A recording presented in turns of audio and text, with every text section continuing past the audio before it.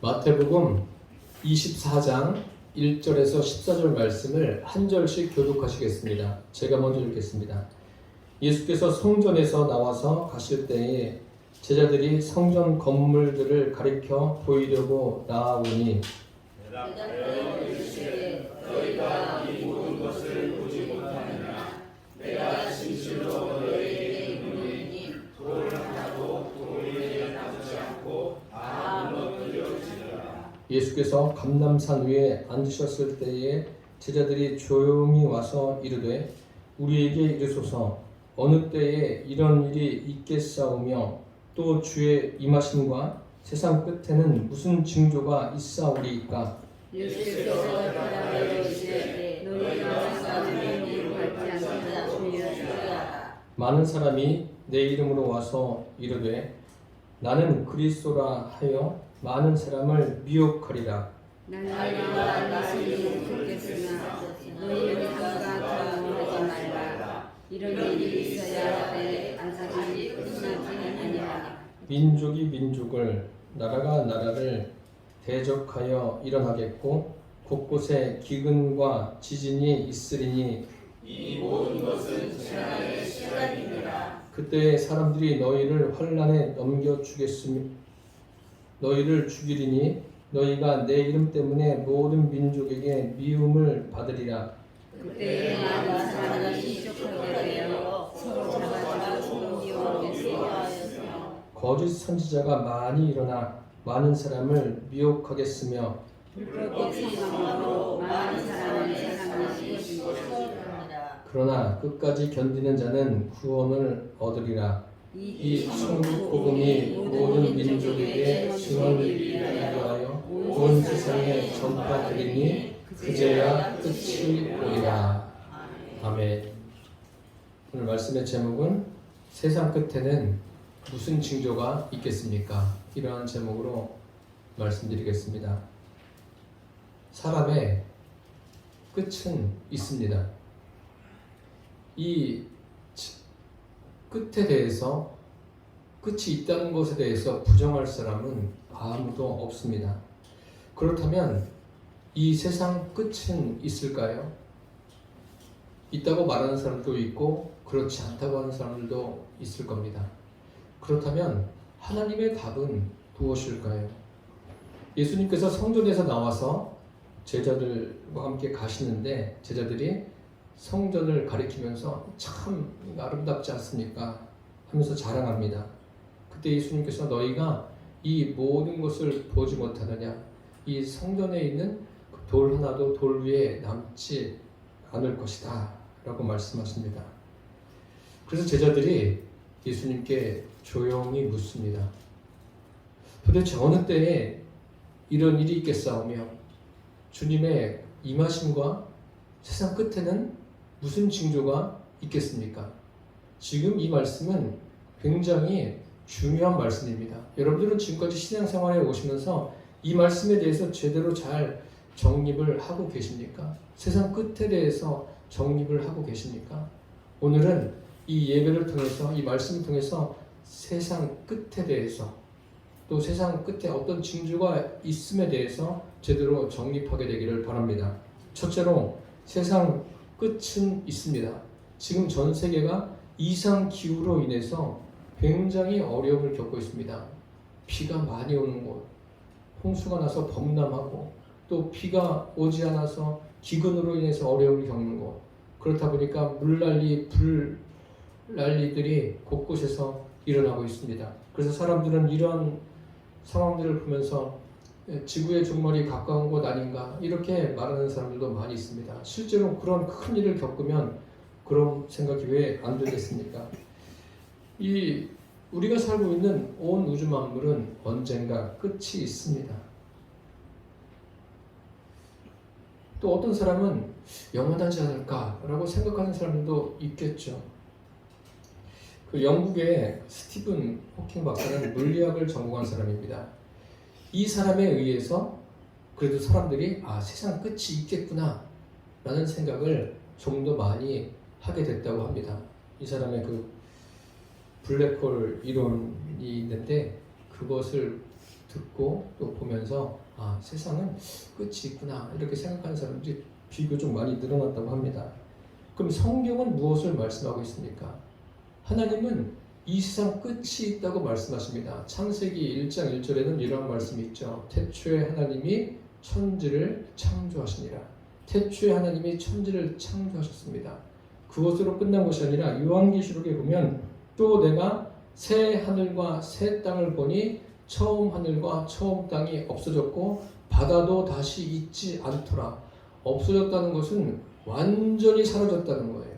처음 하늘과 처음 땅, 지금 우리가 발붙이고 살아가는 이 땅뿐만 아니라 온 우주 만물, 그것이 다 사라지는 거예요. 완전히 사라지는 겁니다.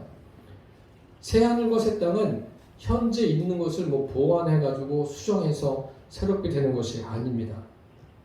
여러분, 시작이 있으면 끝도 반드시 있습니다.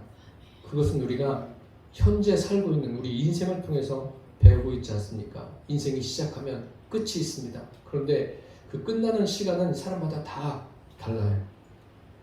세상 모든 것에는 시작과 끝이 있습니다.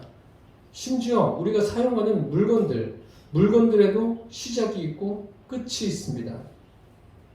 만물을 창조하시고 이끌고 계신 하나님의 말씀이십니다. 하나님은 나는 처음과 나중이다 라고 말씀하고 계시지 않습니까? 예수님 공생의 기간에 제자들이 질문하죠. 어느 때에 이런 일이 있겠사오며 주님의 임하심과 세상 끝에는 무슨 징조가 있겠습니까?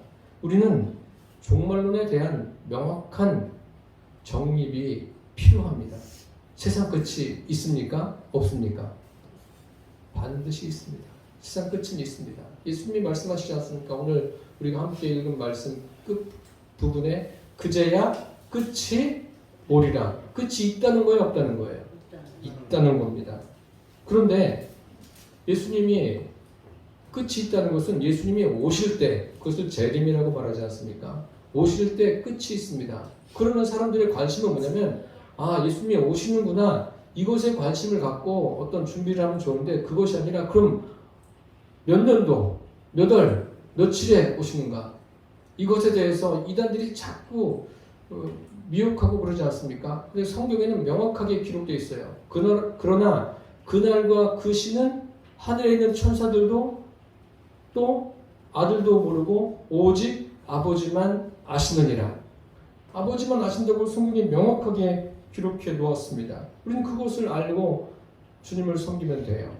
우리나라에도 이것 때문에 무리를 일으킨 적이 있지 않습니까? 1992년도 10월 28일 그 이장님 목사가 시한부 종말론 그날 주님이 오신다 이렇게 돼가지고 저도 봤어요. 여러분 보신 분들도 계실 거예요. 텔레비전에 다 보도하지 않았습니까? 흰 옷 입고 가가지고 그래서 올라간 사람 한 사람도 없어요.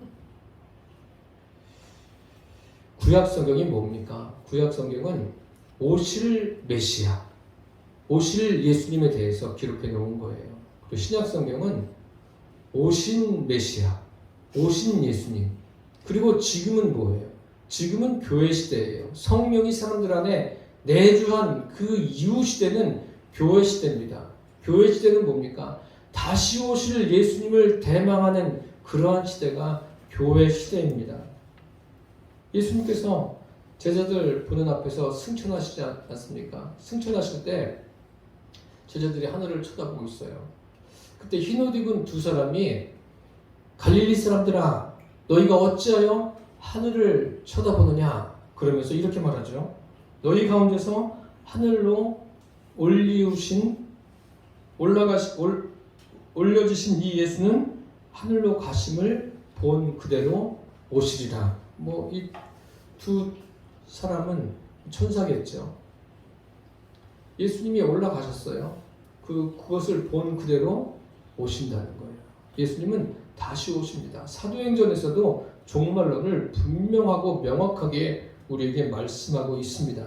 우리는 그날이 언제인가 그것을 알려고 애쓰기보다는 그날은 반드시 있다. 그것을 아시고 현재 주님을 신실하게 섬기게 되기를 바랍니다.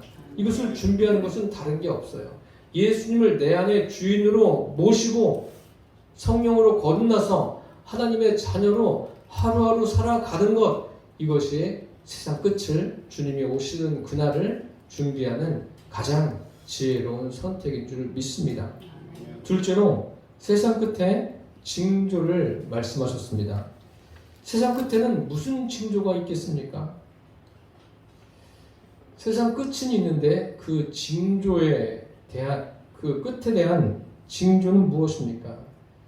다시 말씀드리면 제자들이 말할 때나 현재는 아직 세상 끝은 아닙니다. 제자들은 예수님께 세상 끝이 올 때 그 징조를 묻고 있지 않습니까? 미혹을 받지 않도록 주의하라 하셨습니다. 사람들이 미혹한다. 거짓 선지자들이 미혹한다. 유대 역사가 요세푸스는 그 이스라엘이 어렵고 막 힘들 때 그때 거짓 선지자들이 일어나서 이제 어렵지 않을 거다.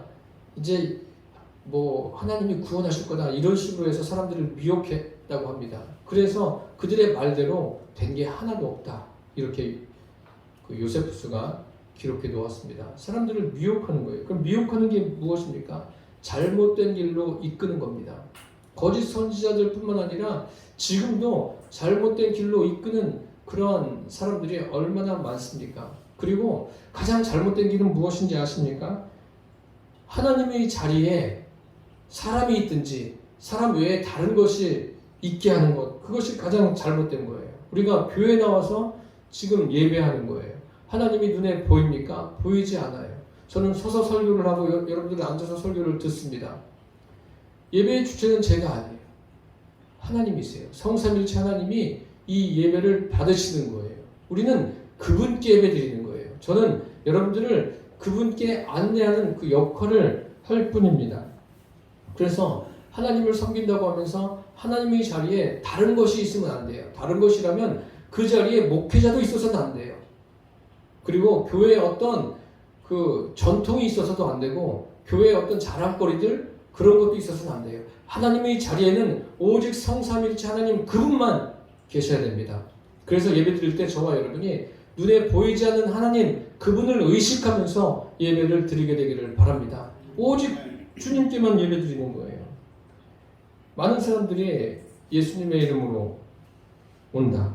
또 자기가 그리스도다 이렇게 말하는 경우가 이 교회 시대가 시작되면서부터 계속 현재까지 있어 오지 않았습니까? 그래서 우리는 이 성경을 통해서 정말 하나님이 계셔야 될 그 자리에 항상 계신가를 확인해 봐야 됩니다. 이스라엘 백성들이 참 은혜를 입은 백성 아닙니까? 하나님께서도 그렇게 말씀하셨어요. 너희는 행복자다. 너희들처럼 그 하나님의 구원을 경험한 백성이 어디에 있느냐? 그렇게 말씀하지 않으셨습니까? 모세의 설교를 통해서 이스라엘 백성들이 출애굽해서 하나님의 은혜를 다양하게 경험하지 않습니까? 아주 성경에 보면은 출애굽기에 보면 다양한 정도가 아니라 듬뿍 경험해요. 그 은혜 가운데 잠겨서 애굽에서 나오고 광야길을 걸어가는 것을 우리가 볼 수 있습니다. 그런데 그들이 무엇을 합니까? 금송아지를 만들어서 경배해요. 그럼 생각해 보세요. 이스라엘 백성들이 무엇을 섬긴 겁니까? 왜 금송아지를 만들었어요? 모세가 있을 때 금송아지를 만든 게 아니에요. 모세가 하나님의 약속을 받기 위해서 시내산에 갔을 때 40일 동안 보이지 않습니다. 보이지 않으니까 모세가 보이지 않으니까 금송아지를 만들어요. 그 일에 누가 제일 앞장섭니까? 아론이 앞장서서 함께해요. 백성들이 우리를 인도한 모세는 어디에 있느냐 이렇게 말하지 않습니까? 그래서 아론과 백성들이 하나가 돼서 금송아지를 만듭니다. 만들고 금송아지를 만든 후에 무엇을 합니까? 그것에 대해서 경배를 해요. 경배하면서 우리를 애굽 땅에서 인도해낸 신이다. 아니 금송아지가 금조각이지 무슨 신입니까? 그렇게 이스라엘 백성들이 금송아지를 경배합니다. 그렇다면 여러분 생각해 보십시오. 출애굽한 이스라엘 백성들은 하나님을 섬긴 거예요, 안 섬긴 거예요? 하나님을 안 섬겼어요. 하나님을 섬긴 게 아니라 모세 뒤만 졸졸 따라다닌 거예요. 모세를 보고 온 거고 금송아지를 섬긴 거예요. 그들은 하나님을 섬기지 않았습니다. 하나님의 자리에 모세를 세워놓고 하나님의 자리에 금송아지를 세워놓았습니다. 오늘날도 마찬가지예요. 하나님의 자리에는 오직 하나님만 계셔야 돼요. 저와 여러분 예배 마친 후에는 이 선포된 하나님의 말씀이 기억이 나야 돼요. 말씀이 좋고 안 좋고가 중요한 게 아니에요. 저희가 무슨 실력이 있습니까? 성령님께서 여러분들에게 깨닫게 하시는 은혜가 있기를 바랍니다. 그러면 은혜가 된 거예요. 그럼 역사가 일어난 거예요. 거기에 집중하게 되기를 바랍니다. 하나님의 자리에 오직 성삼일체 하나님만 계셔야 된다는 것을 절대 잊지 마십시오. 우리는 선한 게 아무것도 없어요. 우리에게는 희망이 하나도 없습니다. 희망은 오직 예수님 뿐이십니다. 마태복음 우리가 24장을 지금 설교를 듣고 있는데 그 15절에 보면 이런 말씀이 있어요. 그러므로 너희가 선지자 다니엘이 말한 바 멸망에 가증한 것이 거룩한 곳에 선 것을 보거든 읽는 자는 깨달을진저. 우리는 항상 예수님의 자리에 예수님이 늘 계신가 이것을 생각하셔야 됩니다. 목회자의 사명이 무엇인지 아십니까? 제가 존재하는 목적은 다른 게 아니에요. 여러분들이 끝까지 주님만 바라보고 예수님만 바라보고 의지하며 살아갈 수 있도록 안내하는 게 저의 사명입니다. 지금 보십시오. 많은 사람이 미혹을 받습니다. 그래서 주의하라고 말씀하고 있지 않습니까? 믿음의 길에서 떨어지지 않도록 저와 여러분이 항상 믿음의 길에서 끝까지 이 믿음을 지키고 주님 앞에 서기를 바랍니다. 둘째가 아니라 두 번째, 그 세계적 재난이 있다고 하셨습니다. 예수님께서 난리와 난리 소문이 있다는 말입니다. 세계적으로 난리가 많이 있었죠. 우리가 가깝게 직접 경험하진 않았지만 알 수 있는 게 무엇입니까?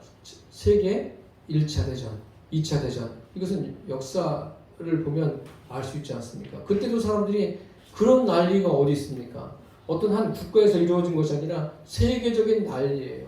또 그 난리 통해 우리나라도 전쟁을 경험하지 않습니까? 그리고 그런 난리가 있었고 지금은 어때요? 이제 3차 대전이 일어나는 것 아닌가? 그런 난리 소문에 대해서 사람들이 여러 각도로 또 생각하고 또 염려하고 있지 않습니까? 그런데 현재는 끝이 아니에요. 끝이 아니고 끝이 가까이 왔습니다. 이런 끝이 가까이 온 것에 대한 긴장감을 우리가 가지고 있어야 돼요. 살면서 너무 많이 긴장하고 스트레스 상황이 되면 육신의 질병이 되겠지만 또 정신적으로 질병을 갖게 되겠지만 저와 여러분은 그런 상황이 아니라 신령한 것에 대한 그런 긴장감을 가지라는 말씀입니다. 민족이 민족을, 나라와 나라가 대적하며 곳곳에 기근과 지진이 있으리니 이는 재난의 시작이라고 했어요. 기근과 지진, 또 홍수와 지진을 생각해 보십시오. 우리나라도 최근에 비가 와서 많은 인명피해가 있지 않았습니까? 참 안타까운 일입니다. 이러한 일들을 통해서 온 국민이 또 안타까워하고 있지 않습니까? 인명피해에 대해서. 그런데 이것이 참 사람이 막는다 해도 한계가 있음을 우리는 알고 있습니다. 그래서 지금 이 시대는 재난의 시작입니다. 그리고 예수님께서 그리스도인에게 핍박이 있다고 하셨습니다. 모든 민족에게 그리스도인들이 미움을 받는다고 말씀하셨습니다. 모든 민족에게. 왜 그리스도인들이 핍박을 받습니까? 핍박을 받는 이유는 다른 것이 아니에요.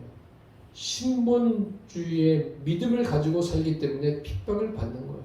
하나님 중심의 삶을 살아가기 때문에 핍박을 받습니다. 그렇다고 해서 그리스도인들이 윤리를 무시하고 도덕적인 것을 무시하고 살아갑니까? 그렇지 않습니다. 어떤 면에서는 그리스도인들이 더 질서도 잘 지키고 법도 잘 지키려고 애쓰는 게 그리스도인이에요. 그런데 하나님을 섬기기 때문에 핍박을 받는 거예요. 신본주의에 서서 살아가기 때문에 핍박을 받는 거예요. 테레사 수녀 같은 경우에 핍박을 받습니까? 슈바이처 박사 같은 경우에 핍박을 받습니까? 사회적으로 아주 많은 공헌을 한 그런 인물들에 대해서 사람들이 핍박합니까? 그렇지 않습니다. 그리스도인들은 하나님을 섬기는 사람이에요. 신본주의의 믿음을 가진 사람이란 말씀입니다. 이런 사람들이 또 환란에 넘겨진다고 했어요. 사도 바울 같은 경우에도 유대인들과 대충 타협하고 살았다면 그런 핍박이 있었겠습니까? 그는 복음, 오직 예수 그리스도를 전했기 때문에 가는 곳곳마다 핍박을 받고 미움을 받은 거예요. 이것을 여러분들이 기억하시기를 바랍니다. 그리고 불법이 성한다라고 오늘 본문에 말씀하고 있습니다. 이것은 다른 문제가 아니라 교리적인 문제예요. 불법이라는 것은 뭐예요? 비복음적인 것, 또 가짜, 복음이 아닌 것을 전하고 사람들을 속여서 멸망의 길로 이끄는 것, 이런 것들이 성한다고 그랬어요. 실제로 그렇지 않습니까? 우리나라 현실을 봐도 사이비 이단들이 얼마나 많이 일어나고 있습니까? 그래서 사람들은 그것을 보고 또 똑같은 교회인 것처럼 이야기하고 있지 않습니까? 그것 때문에 또 교회를 안 나오는 사람도 있어요. 그리고 사랑이 식어진다고 그랬어요. 사랑이 식어진다. 자꾸 사람들이 사랑이 식어진다 그러니까 사람의 사랑으로, 사람들이 가지고 있는 사랑으로 접근하는데 그게 아니에요. 여러분, 사랑이 뭡니까? 여러분들은 무엇을 가지고 사랑하고 살아갑니까? 인간적인 사랑이 아니라 여기에서 이 사랑이 식어진다는 말은 우리 안에서 보혜사 성령이 역사하시는 그런 것이 점점 없어진다는 말씀이에요. 성령이 소멸되어진다는 말씀이에요. 그래서 성경은 성령을 소멸치 말라고 말씀하고 있어요. 인간적인 사랑을 기록해 놓은 게 아니에요. 자꾸 사랑이 식어진다 그러니까 그래, 지금은 사람들이 개인주의고 그래서 사랑이 식어져, 그런 의미가 아니에요. 성령이 소멸되어진다는 거예요. 성령이 소멸되어지니까 진정한 사랑, 주님으로부터 나오는 그 사랑이 식어진다는 말씀이에요. 마태복음에 보면 이런 말씀 있죠. 생명으로 인도하는 문은 좁고 그 길이 협착하여 찾는 이가 많다고 했습니까? 적다고 했어요. 점점 그리스도인들이 적어지는 거예요. 이것은 주님이 성경에 말씀하신 거예요. 시간이 흐를수록 이런 불법을 행하는 일들이 더 많아집니다. 그래서 저와 여러분은 내 안에 계신 성령님을 항상 의식하며 살게 되기를 바랍니다. 항상이라는 것은 아주 정말 분초마다예요. 분초마다. 주님을 계속해서 지속적으로 의지하면서 살아가십시오. 성도 간에 서로 사랑을 해도 성령님께서 공급하시는 그 힘으로 살아갈 수 있게 되기를 바랍니다. 내 인간적인 그 정 때문에 살아가는 게 아니에요. 정도 필요하겠지만 정말 중요한 것은 뭐냐면 주님으로 말미암는, 성령으로 말미암는 사랑의 역사가 필요한 거예요. 그러니까 믿음의 사람들이 순교의 길도 믿음으로 간 것 아닙니까? 그리고 복음이 모든 민족에게 전해지면 그때가 끝이라고 하셨습니다. 주님이, 예수님께서 승천하시면서 그 인생에게 내려주신 지상 명령이 무엇입니까? 너희는 가서 모든 족속으로 제자를 삼아 아버지와 아들과 성령의 이름으로 세례를 주고 내가 너희에게 분부한 모든 것을 가르쳐 지키게 하라. 주님께서 분부한 모든 것을 가르쳐 지키게 하는 것이 그리스도인들의 본분이고 사명입니다. 그래서 사도행전에서는 어떻게 기록되어 있어요? 오직 성령이 너희에게 임하시면 너희가 권능을 받고 예루살렘과 온 유대와 사마리아와 땅끝까지 이르러 내 증인이 되리라 하셨어요. 그리고 디모데서에는 이런 말씀이 있지 않습니까? 하나님은 모든 사람이 구원을 받으며 진리를 아는 데 이르기를 원하신다라고 하셨어요. 지금은 모든 민족에게 복음이 전해지는 것은 시간 문제죠. 그렇지 않습니까? 통신이 발달하고 컴퓨터가 발달하고 얼마나 빨라요. 휴대폰으로 다 전파되고 있지 않습니까? 그러니까 이 종말이나 세상 끝이라는 것은 굉장히 가까이 왔다는 것을 여러분 기억하십시오. 그냥 설렁설렁하게 신앙생활 할 때가 아니에요. 그렇다고 해서 뭐 교회 와서만 살라는 이야기가 아닙니다. 삶의 현장에서 내가 하나님의 자녀임을 증거하며 살라는 말씀입니다. 14절에 보십시오. 이 천국 복음이 모든 민족에게 증언되기 위하여 온 세상에 전파되리니 그제야 끝이 오리라. 온 세상에 전파된다고 그랬어요. 그제야 끝이 온다고 그랬어요. 그러니까 얼마 남지 않은 거예요. 언제인지 모르겠지만 그렇게 긴 시간이 남은 게 아닙니다. 그래서 언젠간 믿겠죠. 여러분, 그런 식으로 신앙생활 하시면 안 돼요. 믿지 않는 가족들, 그들을 위해서 기도하고 계시죠? 기도하시는데 그들이 속히 주님께 돌아오기를 더 힘써서 주님께 구하게 되기를 바랍니다. 악한 것들이 붙들고 있는 것, 그것이 무너져서 회개하고 돌아오는 일들이 곳곳에서 일어나게 되기를 바랍니다.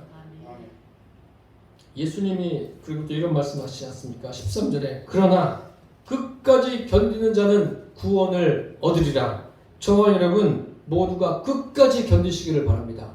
끝까지 견디셔야 돼요. 중도에 포기하면 끝입니다. 그러면 끝까지 견딘다.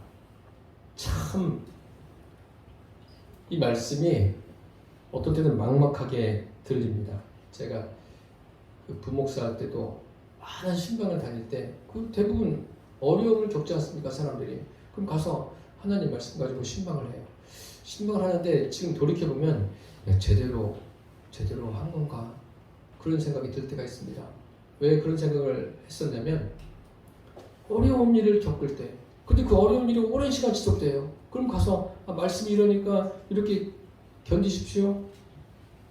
참 무책임한 거 아닌가? 제가 그런 생각도 해봅니다.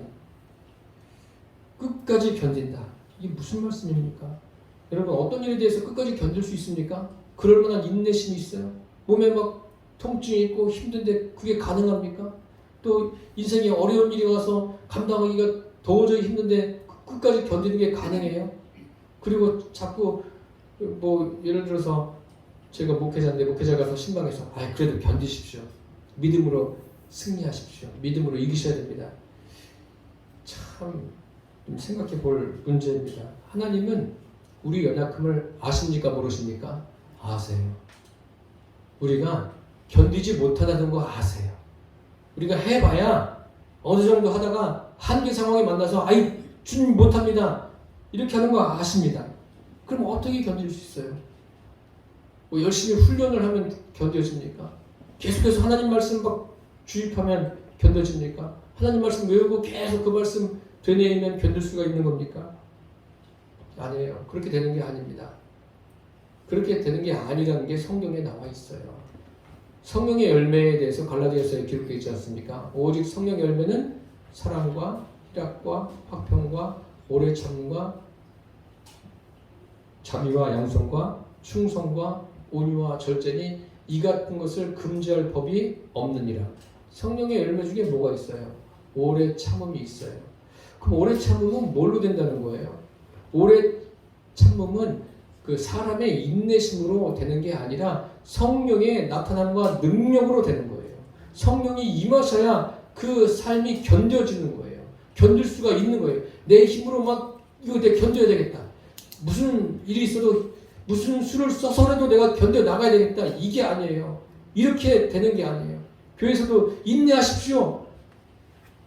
그럼 그런 대답을 할 거예요. 목사님 인내할 수 있어요? 이런 상황이면 인내할 수 있어요? 이렇게 질문하면 뭐라고 대답할 거예요? 우리가 하는 게 아니에요. 오직 성령으로 되어지는 거예요. 끝까지 견디라는 게 성령의 능력으로 견디라는 거예요. 네 힘으로 하지 말고 성령의 능력으로 견디라는 거예요. 많이 훈련해서 견디라는 게 아니라 성령의 능력으로 견디라는 거예요. 이래야 주님을 섬기는데 무리가 없는 거예요. 이것을 우리에게 증명해 주는 사람이 누구예요? 스데반 아닙니까? 스데반 집사님이 그러지 않았습니까? 그 복음을 전할 때 성경에 보니까 지혜와 성령으로 복음을 전했어요. 그러다가 사람들이 반발심이 일어나서 그를 죽이려고 하지 않습니까? 돌을 들어서 치고 죽이는데 그때 성령이 충만해서 하늘을 우러러봅니다. 그리고 예수님이 하나님 보좌 우편에 있는 것을 보면서 그들에게 선포하고 또 뭐라고 말해요? 돌이 날아오는데 얼마나 괴롭고 아파요. 그리고 얼마나 억울합니까? 죽는 게. 그런데 그런 게 하나도 없어요. 그런 게 하나도 없고 뭐라고 말합니까? 주여 내 영혼을 받으시옵소서. 그리고 그 다음에 뭐라고 해요? 그 다음에 말한 것이 이 죄를 그들에게 돌리지 마옵소서. 이게 인내심으로 되냐고요. 이것이 사람이 견딘다고 되는 거예요. 돌이 날아오니까 견뎌야지. 참아야지. 아픈데 어떻게 참아요? 이것을 가능하게 하시는 분이 성령이시라는 거예요. 저와 여러분이 지금 현재 겪는 여러 가지 어려운 일들 성령의 능력으로 감당해 나가시기를 바랍니다. 우리는 안 돼요. 우리가 하려고 하면 안 돼요. 우리가 하는 게 아니라 성령의 능력으로 되는 거예요. 어떤 그 교회에서도 여러 가지 그 교육도 필요해요. 필요하고 또 훈련도 필요한데 너무 이것이 고착화가 되어 있어가지고 모든 것을 다 훈련하고 또 교육으로 하려고 해요. 그게 됩니까? 그러니까 어떤 분은 그냥 교회에서 수십 년 신앙생활하고 그냥 이런저런 프로그램에 참여해서 다 훈련 받았는데 그런 말을 하는 것을 들어봤어요. 목사님, 근데 왜 공허하죠? 공허하니까 계속 그냥 훈련 받는 거예요. 죽을 때까지. 안 된다니까요. 그게 아니라 성령의 능력으로, 처음부터 성령의 능력으로 우리가 삶을 살아내기를 바랍니다. 내 힘으로 살아야 되는 게 아니에요. 성령의 능력으로. 근데 눈에 안 보이지 않습니까, 성령님? 그래서 하나님 말씀을 통해서 시간이 많이 걸려요. 시간이 필요해요. 시간이 계속 성령님을 의지하면서 가다 보면은 성령님이 우리를 붙들고 계시면 이게 성령의 능력으로 사라지는 거구나 깨닫게 되는 거예요. 깨닫게 하시는 분도 성령이십니다. 오직 성령으로 된다는 것을 잊지 않게 되기를 바랍니다. 오직 성령이에요. 그래서 오죽하면 우리가 이제 마태복음 24장을 집에 가서 한번 읽어보세요. 어떤 내용이 나와 있냐면 여기에 보면 뭐 아이벤자, 젖먹이는 어미 뭐 이런 표현들이 있는데 인간적으로 생각해 보세요. 젖먹이는 어미나 임신한 사람은 누구에게 관심이 있어요? 그 뱃속에 있는 아이에게, 그 생명에게 관심이 있는 거예요. 그 젖먹이는 어미도 그 아이에게 관심이 있는 거예요. 거기에 아무래도 집중하게 되지 않습니까? 왜 이런 사람들에 대해서 이야기하고 있습니까? 아브라함 보세요. 아브라함 같은 경우에 누구에게 관심이 있어요? 100세가 돼서 낳은 이삭에게 그냥 관심이 푹 빠진 거예요. 그것처럼, 그렇게 하는 것처럼 우리의 관심사가 집중해야 될 것이 오직 주님이라는 거예요. 우리 안에 계신 성령님께 그렇게 관심을 갖고 초점을 맞추어서 살아가시기를 바랍니다. 이게 믿음인 거예요. 이거 뭐 훈련으로 되는 게 아니에요. 이거는요. 믿음이에요. 믿음. 여러분들이 성경을 읽으면서 또 성령님을 의지하면서 하루하루를 살아가 보세요. 시간이 계속 이렇게 해서 흘러가면은 이거구나 깨닫게 될 줄 믿습니다. 노아 시대 보세요. 노아 시대에 하나님께서 물로서 세상을 심판하시지 않습니까? 심판하실 때 구원받은 사람이 몇 명이에요? 그렇게 많은 사람이 있음에도 불구하고 노아를 비롯한 그 가족 외에는 구원받은 사람이 없지 않습니까? 이것이 사람의 힘으로 되는 거예요? 아니에요. 성령의 능력으로 되는 거예요. 지금 우리 주위에 사랑하는 사람들이 있지 않습니까? 특별히 가족들 방치하지 마세요. 여러분. 그들을 위해서 끝까지 기도하세요. 힘을 다해 주님께 도움을 구하기를 바랍니다. 그들의 영혼이 구원받기를 바랍니다. 하나님이 이 세상을 이제 심판하시기 전에 누구든지 성령님을 내 안에 주인으로 모셔야 돼요. 성령으로 거듭나고 천국 백성이 되어서 살아가야 이러한 심판을 면하게 됩니다. 저와 여러분이 이제 하루하루 우리에게 주어진 이 삶을 살아가면서 세상 끝이 있다. 그 끝을 여러분들은 준비하지 않았습니까? 준비된 자로서 하루하루가 더 성숙한 대로 나아가는 믿음의 사람들 되시기를 축복합니다. 기도하겠습니다. 살아계신 주님, 세상 끝이 있음을 성경을 통해서 정립하게 하시니 감사합니다. 여러 가지 징조가 있는데 우리가 오직 성령으로 우리 앞에 다가오는 모든 일들을 견뎌내게 하여 주옵소서. 예수님의 이름으로 기도드립니다. 아멘.